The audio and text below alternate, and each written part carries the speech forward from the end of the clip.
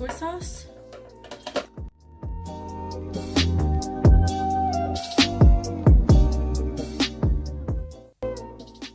Okay, so next we're going to put sesame oil and vegan oyster sauce.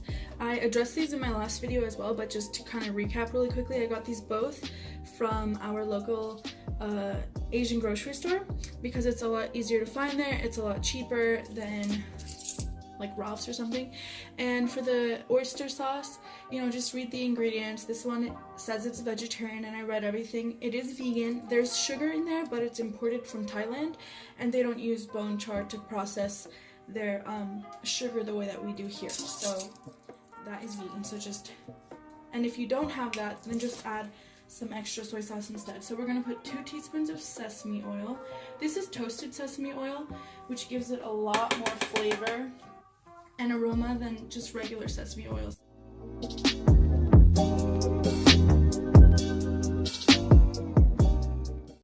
And the sesame oil is what gives it that kind of signature flavor that you might have had in chow mein in the past.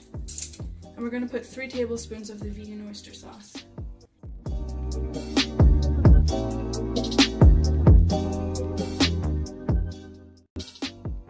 Next is 2 tablespoons of organic brown sugar.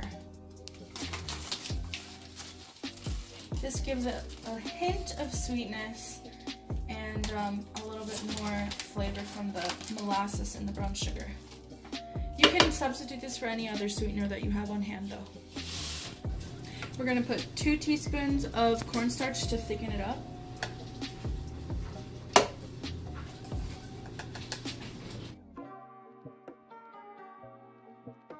Onto the heat.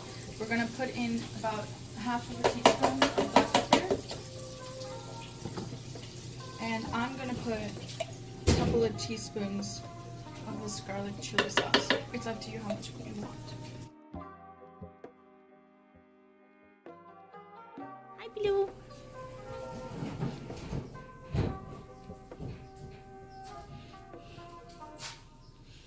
And I'm just going to add a couple of tablespoons of filtered water just to thin it out a little bit.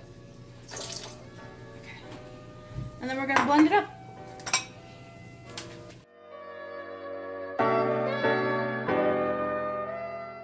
Alright, perfect. Now we can go on to stir frying all the chow mein before we add the sauce. Okay, so the most important thing for having the perfect chow mein is having the biggest pan that you have with the highest heat of temperature on your burner. So I have mine on 2 burners here, all the way on high. And what you want to do is make sure that heats up for a couple of minutes before you add the onions in. And the secret, or whatever you want to call it, the must do for the perfect chow mein is to cook everything in batches so that you don't overcrowd the pan and so that everything flash cooks. That is the secret to it. That's what they do in restaurants. They're cooking it in a wok. I don't have one, but the whole point is to just flash cook on a really high heat really quickly.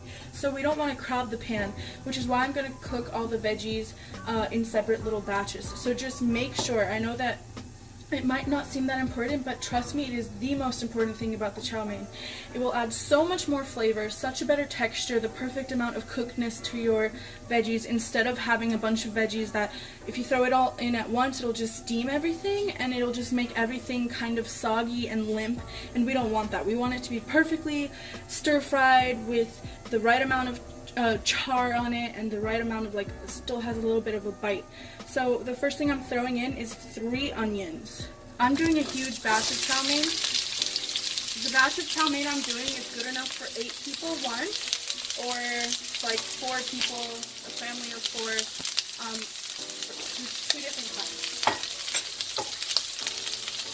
And you see how immediately it just starts, you can smell it right off the bat, it just starts cooking these so fast, and that's exactly what we want. And right off the bat, cooking really well. So I don't want to crowd any more than this so that we get these charred bits here. Woo! Look at that. It's only been cooking for like not even a minute. That's exactly what we want.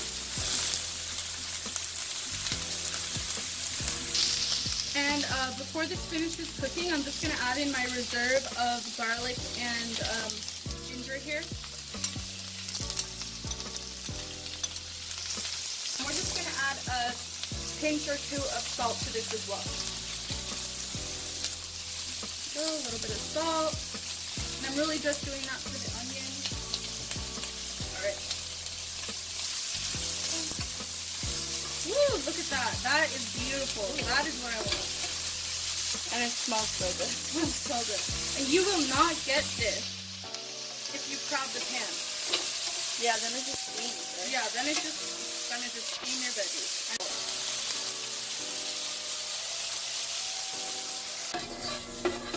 Alright. I'm just throwing this back in its bowl here while I flash cook the other ones really quickly. And the other most important thing is that you prepare and have cut your veggies all beforehand. Otherwise, you're going to sit here with burnt veggies. Okay, so here I have julienne, thinly, largely sliced, some celery, some zucchini, and some carrots. You can cut it however which way you like. This I feel has it's the best shape for the right amount of cooked and everything. And we're just going to throw it in the hot pan in batches. Once again, I don't want to overcrowd it, so I'm probably going to do half of this at once. This has been going for like a minute and it's almost done. You see all this beautiful charred bits here? That's what we want. That's where all the flavor is coming from.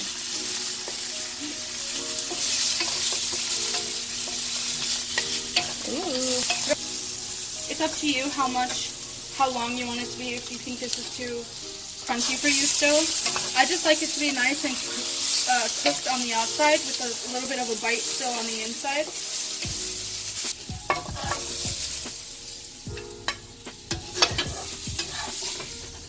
Throw this back on here and put the other half in.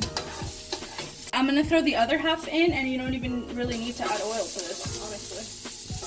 It does its thing when it's this high of a heat, of a temperature. Now we're going to throw in tofu. We have 2 packages of tofu here that we just drained while we were cutting everything up and cut into cubes.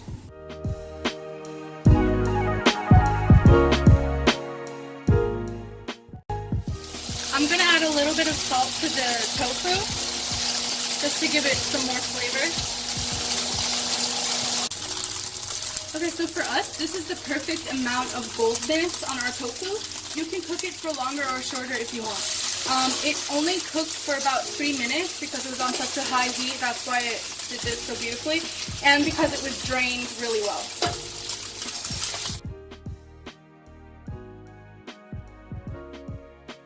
We're adding a pound of mushrooms, whatever kind you want is good. We just slice these thickly, and we're not adding any extra oil to the pan because they're gonna char really well without it.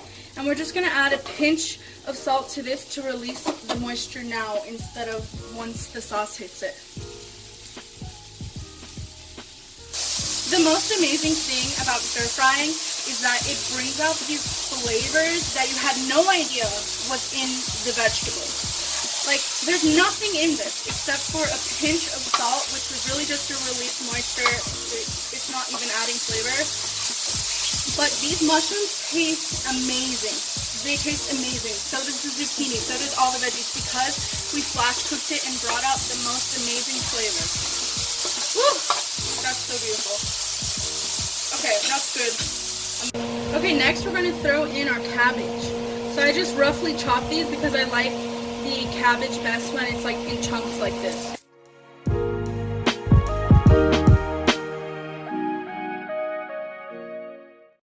Here we have some bok choy that I just sliced to my desired size, and baby bok choy is the best. I prefer that, but we just didn't have it. They didn't have it in stock where we were, so I got the big bok choy. So just throw that in there as well.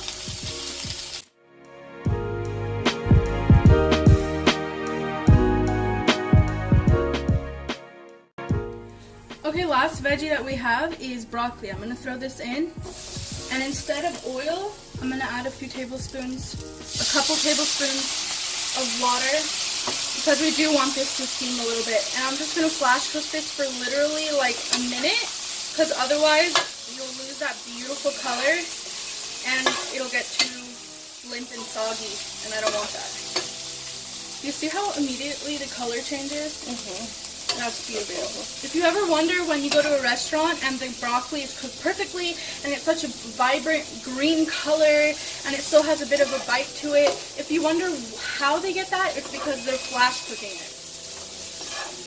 Okay, so I want to take this out already when it still has this beautiful vibrant green here, before it gets into that dull mossy green color. And this cooked shortest amount of everything, so probably 60 to 90 seconds maximum. Okay, so here are our chow mein noodles that we're going to use. Whatever you have on hand is perfect. Whatever they have stocked at your local market is great. And I'm just adding this in with a little bit of oil to coat the noodles. Okay, so now with the heat on, we're going to add half of the sauce from earlier that we made. We're adding this first to the noodles just to coat all of the noodles and get it really nice and flavorful. You just want to cook it long enough for the ginger and garlic to cook in the sauce, and that's really it. Ooh, it smells good.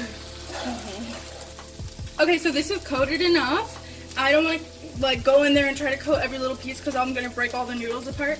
So this is perfect. I want to get this back on a plate or something real quick. I'm going to add the veggies all together at once with the rest of the sauce, and we're going to throw that on top of the noodles and call it a chow mein. Get it?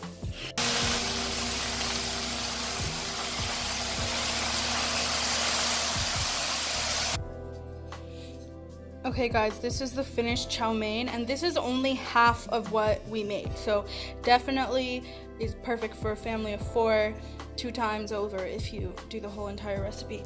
And it is amazing, I'm telling you. It tastes so good. It tastes amazing, like the best yet. You guys seriously have to try this recipe.